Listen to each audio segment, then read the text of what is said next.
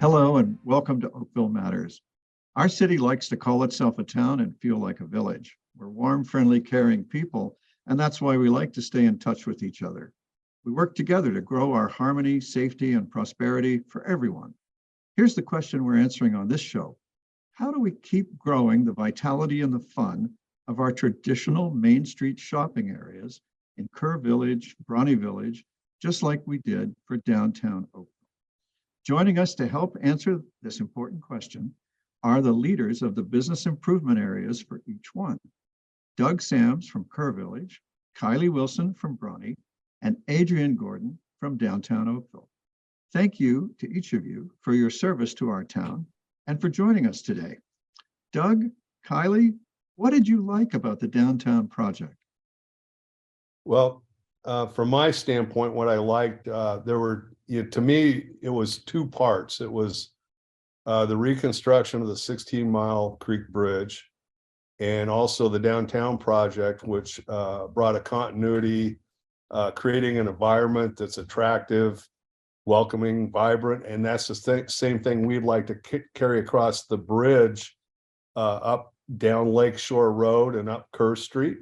And thanks to the mayor and council, that project is underway. We're having a paving project done this year on Kerr Street. We're repairing some curbs and sidewalks. The street will be paved. The long range plan calls for a study for a revitalization. And I think the three areas actually feed off of each other because Kerr Street is a pathway down to downtown as well as into Bronte. So I think it makes us all stronger, and it's a plan for the future. And it brings a great sense of community to Oakville, which we already have, but enhances it to have people shop local, which is very important to our small business in this time. How about you, Kylie? What did you like about all the changes we made to downtown Oakville? Downtown Oakville, I have to say, because we visit so often as a family, the thing that I've noticed most was the traffic calming measures that were put in place. And just the element really does cause cars to move through quite slowly. And of course, just those expanded sidewalks allowing for a really safe walkability. It's very bike friendly as well. And of course, just those expanded sidewalks allowing for that beautification to take place has just been something that we hope we can bring to Bronte as well when it's our turn to go through that process. All right. And Adrian, do you have any takeaways for our friends and colleagues in Kerr and Bronte? Any learnings that you would share with them or suggestions? Because nothing's perfect. In hindsight, you might have thought of things that you wish we'd done. Yeah, I think for us, one of the great learnings of the construction was, firstly was to be able to use that time while the construction was happening to really be able as a BIA to kind of take a step back and take the time to put a real strategic roadmap in place that really sets those parameters and objectives about how we're going to, reopen, what are our priorities and our key pillars that we're going to do when we are opened, and how we want to be as a brand when that new streetscape and new opportunity arises. So I think for us, that was a great opportunity and one that we took advantage of. And it really allowed us to come out of the gate when things were ready to go to know exactly what our priorities were from a beautification standpoint, from a marketing standpoint, and how we were going to ensure that we kind of ramped up as quickly as we could to get things moving and ready to share the streetscape with the community. So you had a totally new product to market and to beautify. And you decided that you would plan ahead to be ready to roll with it. That sounds like great thinking. In terms of the things that we did, though, the public engagement around selection of street furniture, for example, was that of value to you in terms of getting public buy-in? Would you recommend that approach for Kerr and Bronte? Yeah, I absolutely think it was, getting all those key stakeholders to the table while going through that process around planning of beautification, planning of wayfinding, planning of just that ensuring that we're creating the best journey when you're in the location is definitely valuable to have those folks at the table that use it, members, as well. Things like, as you said, garbage receptacles, seating areas, parking, all those things, being able to get that input. And then the town, who was great, working closely together to say, hey, this is where, we think these are some hot spots. These are some high traffic areas. This is where power, could be recommended to go. All those things are building blocks and pieces that ensure that it's going to be a great journey for those folks that visit there. Yeah, thanks for that. Now, Kylie, in Bronte, in addition to the streetscape work, I recognize that we need to expand public parking, and I'm hoping that your organization has ideas about where you want it. My simple-minded approach to this is public parking is a public good. We have a policy that we provide it, and we have the power to put it wherever we want, wherever we can afford to buy the land. So has your organization among your members started talking yet about where you want it? As an organization, I have to say, that is the one resource that we don't have a lot of here within our district, is that space that could be transformed into public parking. So we do have hundreds of free accessible spaces down at our waterfront, which really it does create that welcoming space for visitors to visit for free and park your steps to the commercial district when you go there. I know there's discussion kind of over the bridge along Bronte Road, where we do have our harbor, that there's just the beginning discussions right now about that possibly being transformed into public parking. We do have in every gateway of our community, we're about to undergo some major construction projects. And of course, we're going to need to have visitor parking within those facilities as well. But really, I think when we go back to talking about the transformation of our Main Street, I think if we can make those spaces bikeable and walkable, then it will limit the need for as many vehicles as well. So it's kind of that two-part, just making sure that people are able to access Bronte in a different way. Oh, well, the town treasurer will be delighted with your answer. How about you, Doug? What's the parking story looking like in Kerr?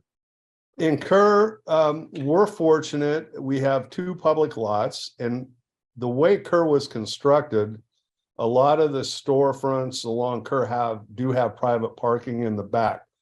We have a little bit of on the lower end of Kerr down towards Lakeshore, we would love to have a public lot down there because the spaces go fast and some of the employees have a hard time finding parking. And so we have talked with the town the last couple of years. It's hard to find land down there. And that's a solution that we're continually trying to address. So, but we usually, like Mr. Mayor, you were at a grand opening last Saturday, and it was a great day. It was sunny, and a lot of people were out, and we had to, I know I had to search for a parking spot. I did find one. I just had to walk a little farther. That's all. I'm told that walking's good for us. However, I am aware that people who will walk 2 kilometers when they drive to Toronto can't walk 2 blocks when they come to one of our areas. So I don't know. If there's no parking at the door, there's a parking problem, is the traditional story here. Well, let's turn to what have we got that's attracting people already before we go working on the streetscapes. And let's start with you, Doug. What's hot in Kerr? Well, the thing, we have a collective group of small businesses that are diverse, from restaurants to specialty shops. We try to get people down here through our events, and we've had markets, and a lot of our stores are locked into shop local with the public having specials. So people come to Kerr, they're able to walk the streets on a nice day. There is enough places to park, and everything's within walking distance. Like you can walk from one end to the other pretty comfortably. So just our amenities and the location being right in the center of Oakville help attract people. All right. And Kylie, what about you? Your timing for this question is great because it was just last weekend here in Bronte. We kicked off our second year of what we're calling our community. So we invite local nonprofit organizations to apply to our BIA and take that funding and activate within our public spaces. So create and activations and experiences that are free, that really do invite all walks of life to come and experience Bronte in their own way. So right now we have partnerships with Bandology, Oakville Green, the Oakville Public Library, Bronte Historical Society, and the Oakville Wind Association. And we've got outdoor concerts, family story times, music workshops, seniors programming, 65 days right now of programming throughout the spring and summer months that we're hoping to turn to 100 days of activations in Bronte, because we really want people to come here, visit our businesses, inject that money into the local economy, and then also really think that when they come to Bronte. Wait, repeat, when they come to Bronte, because somehow the distance to Bronte has cut your words off. Sorry about that. When people come to Bronte, we want them to think that there's always something. So you'll come, enjoy our restaurants and our wonderful businesses, waterfront, where there's going to be an experience that you can delight in. So in reading in between the gaps, always something fun to do, I think you must have said. Yes, and I apologize if I'm cutting out. You are suddenly cutting out. It's like, I don't know, the moon or something has disrupted things. Adrian, how are things in downtown Oakville? What can we look forward to in the next, spring is on us, spring has sprung. Now I will caution everybody, I didn't just say that it never would rain again. My dad is a professional meteorologist, and he's always said to me, one of his funniest lines is, the weather always changes. That's why I have a job. So, but it does look like spring is here and people are out. I've been amazed. So what's up? Yeah, we're hoping for a string of weather like last year. I think we had 8 Saturdays that we activated and it didn't rain once. So fingers crossed. But now, yeah, activate. That's an inside baseball term that we use in the BIA world. And that means there was something happening on every weekend in downtown Oakville last summer, and we're following the same this year, in fact, a bit more. So basically starting June 1st to the end of August, every weekend there'll be something going on in downtown, whether it be our summer sweat every Saturday morning, or you can come out and do a yoga class in Town Square, our beloved sidewalk sale coming back in June, extended by an extra couple of days mid-June, and 3 days of music every Friday, Saturday, Sunday, starting July 1st. So our Loved of Jazz on Friday night and our TD Summer Music Series will be now playing Saturdays and Sundays in downtown. So we're very excited to have that atmosphere to come down throughout the summer.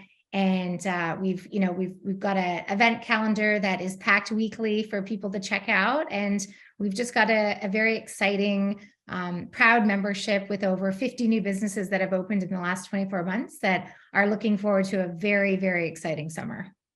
It's I as a nearby resident, I've started to wonder if you've taken the old concentrate everything on one night or 2 night pattern that we used to do in the old days, like with the Jazz Festival or Midnight Madness, and you've spread it out over the entire business season.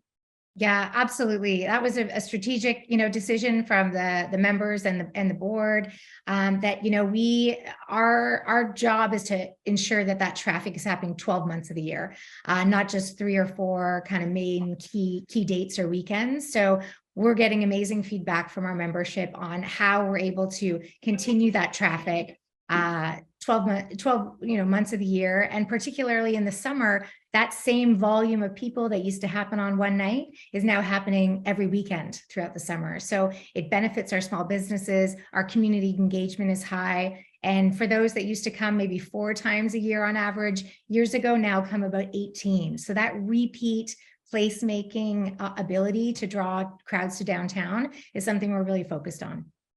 Well, it's very impressive. And Kylie, you must be already in the throes of planning for the massive visit that happens on Canada Day. Now, when I was once on the board of your BIA, and there were, I would say, half the merchants thought Canada Day was a blessing, and the other half thought it was a day of lost business, basically. I think that sentiment remains true here, but it's actually, so it's the town of Oakville that's taken on this giant celebration for us, but we're so honored that it has become kind of this Bronte focused location. So we do encourage our businesses to stay open that day, to invite people to come in, and then during the evening hours when the Canada Day celebrations begin, of course, we welcome, I think it's about 45,000 visitors to Bronte, and through funding and through the amazing event staff at the town, we really get to highlight our waterfront and everything that Bronte represents, and hopefully create those beautiful memories for people and invite them to come back another day and shop. Well, I will tell you, if you're watching, about if you have Canada Day plans in Bronte, take the bus. Yes. Come early, stay late, but use the bus. You do not want to be in traffic. I mean, if you bring your car, you won't be in traffic. You will be traffic. So, and Doug, what's ahead? I understand that Kerrfest is on a hiatus. What's the plan with Kerrfest? Will it come back? Or are you also experiencing a spread it out over the entire year movement? Well, the board, we set our strategic plan, and we thought that it would be good to have a break. Kerrfest will be back in 2024. And part of it's just the post-pandemic, the economics of everything, but we are going to still have Kerrfest Kids, which is very popular. We have that on a Sunday, tracks over 4,000 people, and a lot of them from our area. And we did a survey. We found that 80% of the people that visit Kerr Village will return. So whatever events we do, we have an 80% chance of getting those people back again. And as far as, we try to do a little bit bigger type events. We have our 29th annual Christmas tree lighting coming up. We'll do some various markets. And we do very well on social media, on Instagram and Facebook, when our merchants will do a lot of specials, which will naturally attract people. And like we've had merchants that will add a singer or that. So that kind of takes care of itself in our area, but we're always interested in doing things that put feet on the streets, because that's part of the deal, is the street beautification, the marketing, putting feet on the streets, and any events that can add to that traffic are very welcomed. So now you changed the location for your tree lighting to the park. Yes, we did. And are you happy with that? Did you get a better result?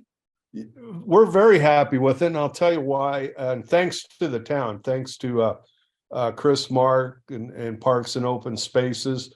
We approached him right as the pandemic started about, we were putting a Christmas tree in the square. We would purchase it, put it up, and then it would be taken down.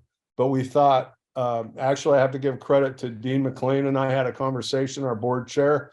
One day we said, what about if we, instead of spending that money every year on a tree, why don't we plant a permanent tree down at Westwood Park? And so we met with Chris. We found a great location. Steve Worsma at the horticulture department. We drove up and saw a guy just outside of Oakville that had a tree farm, and we found a very nice tree that grows about we had to put it in as a 15 to 18 foot tree. It grows about 2 to 3 feet a year, and it's been a blessing, because the park's obviously a bigger space. We can do more activities with it. I think it's been pretty well received. And horticulture's put a nice holiday, they still do a nice holiday arrangement in the square, so people can still feel the holiday even though the tree's not there. We haven't gotten one complaint about the tree not being there, so it's worked out well. And that is a very small square, so so good on you, good on all of you. Kylie, you changed Bronte changed the location of its tree lighting to the new Bronte Square. Do you want to describe that, and any regrets or second thoughts on that one? Sure. So I think we know, especially something like a tree lighting ceremony that's been going on for years, people do have big feelings about tradition and location. So in years past, it's been at our waterfront in Bronte Heritage Waterfront Park. This past year, it was our 2 town councilors here in Ward 1 that created an activation in Bronte Market Square for the first time. So the BIA funded the decorations and the tree. And it was our town councilors who created a party on a Friday night to do that tree lighting ceremony. I would say it was a wonderful celebration. We now actually, the town officially has ownership over this square. So it is now a space that's permittable for events. And we're excited to bring it to life and to start to create those experiences where people have memories in that space and can really love it again. The town's doing a beautiful job beautifying, I will say. We've got lovely spring planters. We have our iconic Muskoka chairs in the square, and we're just excited for people to enjoy the space and create those experiences. Well, I'm thrilled that the growth on the Bronte Village Mall has paid a dividend to the community. It would be it's a bad development that doesn't bring any good at all. So luckily this one has some good. Adrian, let's talk about Christmas trees in downtown Oakville. What's the wisdom of the BIA today about Christmas trees? Christmas trees. Well, we've been able to have over the last couple of years, as you know, our large ribbon tree in the town square. And last year we introduced a recyclable, actually, Christmas tree where we replanted that tree in front of the Performing Arts Center when it was completed at Christmas. But this coming Christmas, yes, we will be all about Christmas trees. As you know, we have an upcoming town square renovation. And so this year we are looking at having a large Christmas tree in town square and having our winter village at Centennial Square. And then looking for our new planning once our new town square comes about in 2024, 2025. But yes, we'll be all about Christmas trees this Christmas, and we're looking forward to it. So now, last Christmas, some of the public comments that reached me, I wound up telling several people, well, you've got a modern tree in Town Square, and you have a traditional tree in Centennial Square. Enjoy them both. Are you saying are we going to keep doing that, or is it going to be different? It's going to be different this year, just because for our beautification strategy, we look to kind of reinvent every 3 to 4 years. So our ribbon tree, as you say, having the best of sort of modern and traditional, will likely be coming to the end of its cycle this year. And so we'll be looking to do an interim sort of traditional tree in the town square this Christmas. And then looking to do something new and spectacular with our new town square. But yes, you're correct. We shared both of those last year. And as we believe, the talk of the town that happened through that was only beneficial to everyone who had to come down and see what everybody was talking about. Oh yeah, I heard tons and tons of compliments about how sleek and modern and fresh it was. So, however, I do know as a long-serving mayor that I can't think of anything that's ever been unanimously popular. Yeah. Anything, like even sunshine. That's right. Somebody will complain. Yeah. And the weather's warm, someone will want it cool. What about music? All of you seem to be developing music programs. Adrian, you alluded to quite an elaborate one. Doug and Kylie, what's coming from music with you? Do you want me to go first, Doug? Is that Go okay? ahead, Okay. So in Bronte, I believe it was Canada Day 2017 that the town invested in this beautiful sales stage within our park. And that's really drawn and enhanced our ability to bring music to the community. So we have two key events unfolding over the course of the summer. The first is our iconic Bronte Lake Notes event, which is every Thursday evening under the sail stage, different bands being brought through. And this is something that's being presented by the Bronte Historical Society and sponsored by RBC as well as the BIA. So it's 11 concerts in the summer. And then it's also the Oakville Wind Orchestra that's going to be coming to Bronte for a summer concert series. So this, we just moved locations slightly. We have a lovely gazebo in our park in Bronte where the band plays under the gazebo and people bring their lawn chairs for a very different type of musical experience as the sun is setting. And then we also partner with an organization called Bandology, which aims to bring music to the community. So they're activating in our park for 8 weeks this spring on Saturday afternoons. Just drop in, family friendly, and it's bucket drumming. So just introducing kind of that love of music to young kids and families. Banging a drum. That's right. I have a nephew who's musically talented. When he was 8, I don't know what my brother did to make my mom do this, but he must have done something when he was a kid. My mom bought his son a full-blown drum kit. And I guess it was some kind of punishment against my brother and his wife. Can you just imagine an 8-year-old with a full-blown drum kit? What it did to the house. Bandology, bang a drum. Doug, what about music in Kerr? Well, we're fortunate. We have music every night in Kerr. We have the Moonshine Cafe, and a lot of musical talent comes in there. There's also above there's a recording studio. And then in addition to our events that we always usually have music. Even when we had a market, I always brought in a singer. And, when we had the Taste of Oakville this year, they incorporated in each BIA on a Tuesday night, they had music, somebody playing music at a couple of the locations. So whenever we do an event, and Kerrfest was a big, obviously, music festival that took a lot of time and effort to put on. And I'm still getting emails and telling people you're just going to have to wait a year, but it will be back. And it'll be the 10th year. Actually, we started it in 2014. So 2024 will kind of be the 10-year anniversary. So, well, that's a great last word. We're out of time. Thank you to each of you for the time and the information that you shared with us today. And thank you for watching. And please stay engaged. Together, we can only make Oakville better. Bye now.